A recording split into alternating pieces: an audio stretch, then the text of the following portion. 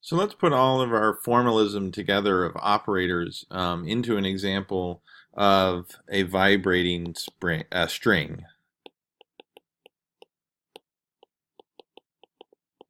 So let's say that we have a string which is clamped down on both sides at x equals 0 and x equals some length L.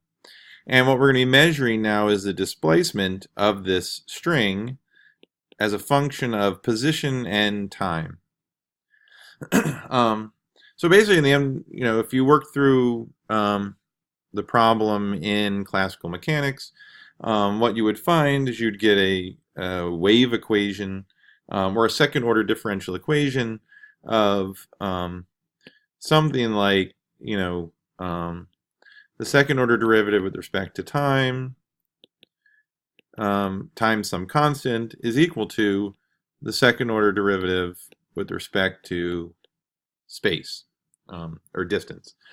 And we'd want to apply some initial conditions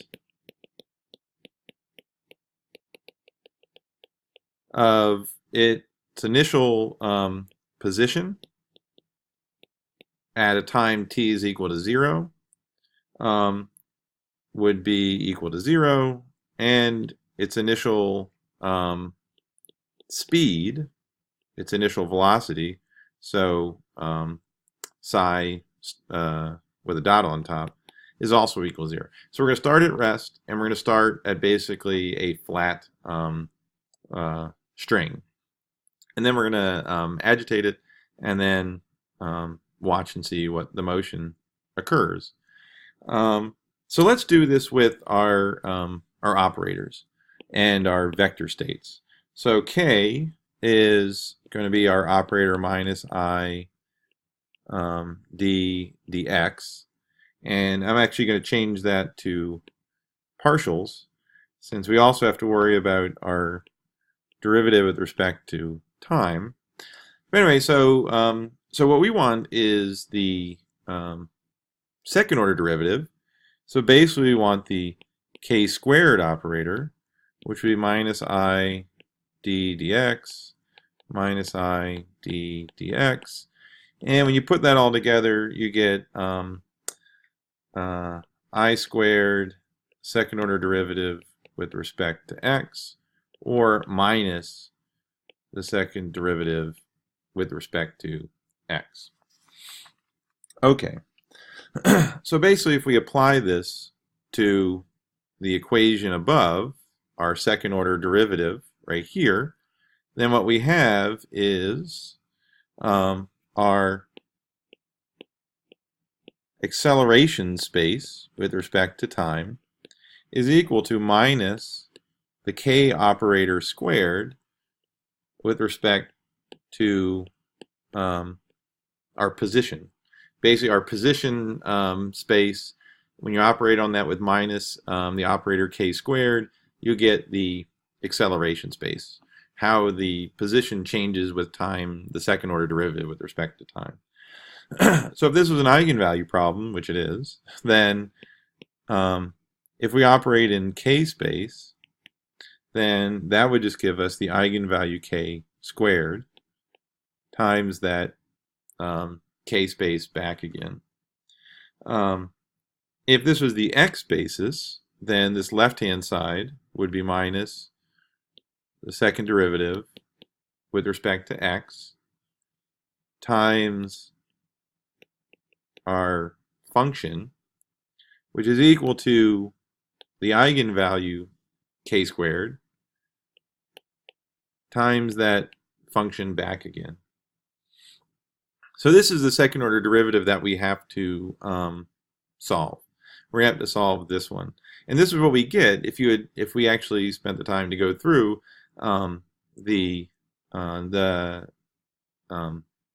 converting the vector spaces into functions. You would get this second order derivative. So now to solve this differential equation is not that bad, and what we get is a function of basically k space projected into position space x of sines and cosines.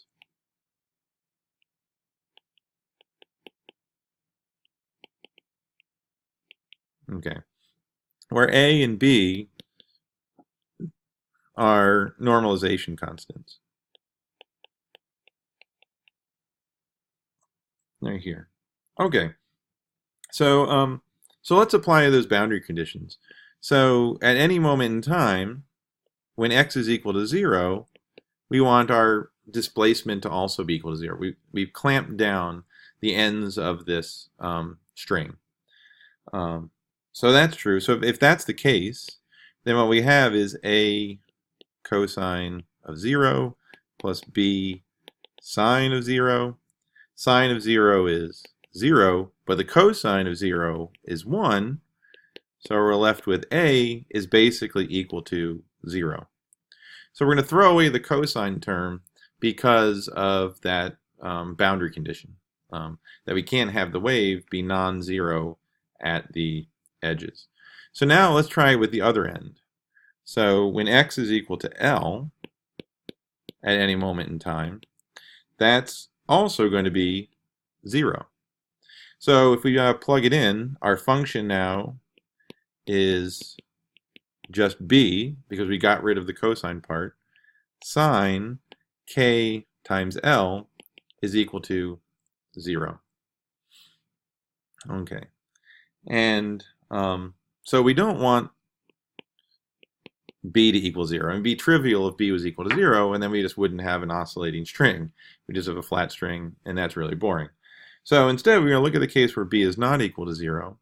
And if that's not the case, if that is the case, the only way to get this sine function equal to 0 is if the argument inside is equal to some integer m times pi.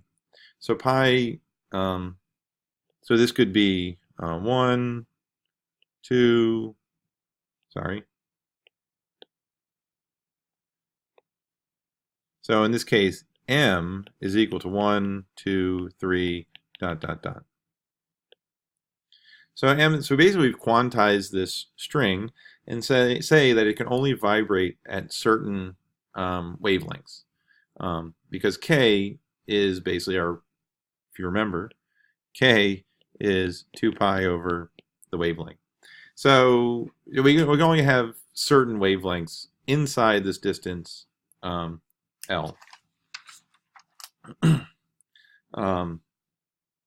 So basically, our solution is that, in terms of position, is b times the sine of m pi over L x. Basically solve for k. K is equal to m pi divided by L. So now here is our solution to this. Now we're not quite done yet, because we still have to figure out what that b is. We feel like we can figure out what the normalization constant is. So why don't we normalize it? So to normalize it, we have to integrate basically psi star x psi m prime of x dx. So basically, I've took a shortcut, but what we should have done is to break it out into change of basis between k when it's k prime and k, which is really just saying the same thing as k is m pi over L. K prime would be m prime over L. So do a change of basis, but in the end we get down to our functions of where k is equal to m, where k is proportional to m and k prime is proportional to m prime. But when I do this, I want to normalize it to 1, or basically the delta function m, the Kronecker delta function of m prime. So I'm only going to look for a solution where m is equal to m prime. So that's the only valid solution we have. So when we do that, we basically get b. Now these signs are real functions, so I don't have to worry about the complex conjugate. But I get b sine m pi over L times x times b sine m pi over L times x dx. So and that's equal to 1. So we're looking when the Kronecker delta is equal to 1, when m is equal to m prime. And so I get b squared out front, the integral of 0 to L of sine squared m pi x over L, integrating over x. And the solution to that turns out to be x over 2 minus the sine 2m pi x over L divided by 4m pi x over L, and then all of that is evaluated from 0 to L. When x is equal to 0, then the first term disappears. When x is equal to L, when x is equal to 0, let's just put all the terms in.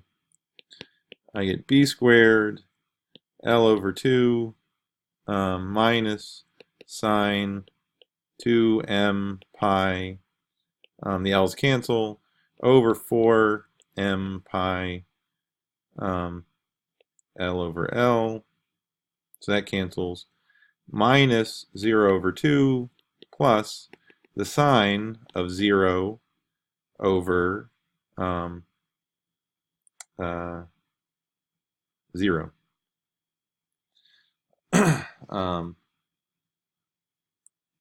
Which basically disappears. So in the end, what happens is what I'm left with. So the sine of anything times 2 pi is just going to be an integer. It's going to be 0. So this is also 0. So what I'm left with is 1 is equal to b squared times L over 2.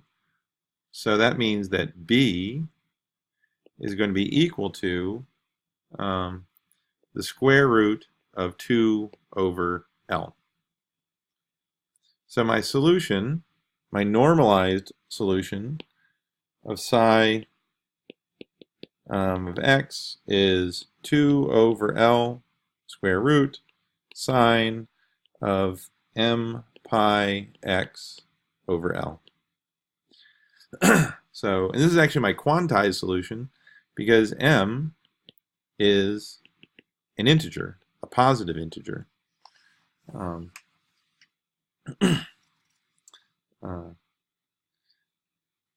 So the last thing you can do is to project this onto a particular m value and see what we get.